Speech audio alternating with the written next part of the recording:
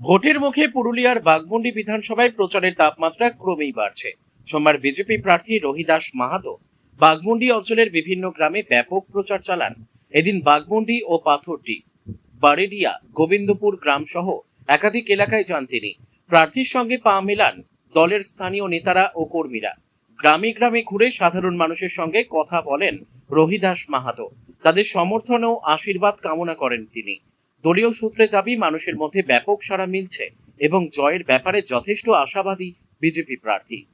পুরুলিয়া থেকে সোমনাথ রায়ের report, big news Bangla. প্রথমে আমরা এই বাঘমুন্ডির যে গ্রাম 4টা বুথ, সেই বুথে ডোর টু ডোর জনসম্পর্কে আমরা সকলেই মিলিত হয়েছিলাম। পায়ে পা মিলিয়ে দারুণ সাড়া আছে।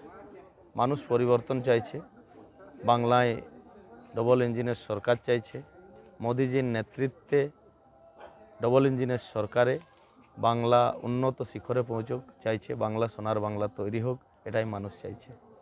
মার্জিন কতটা রাখবেন মোটামুটি? 40+। রেজাল্টের অপেক্ষা? একদম সময়ের অপেক্ষা, 4 তারিখে মিলিয়ে নেবেন। আজ সকাল থেকে আপনার মেনু কি ছিল খাওয়া দাওয়া? যেরকম প্রত্যেক দিন থাকে, টুকুটাকা চেঞ্জ হয়, বাস। কোনো স্থায়ী খাবার নেই? না। বিধায়ক দাঁড়িয়ে কেমন লাগছে আপনাকে?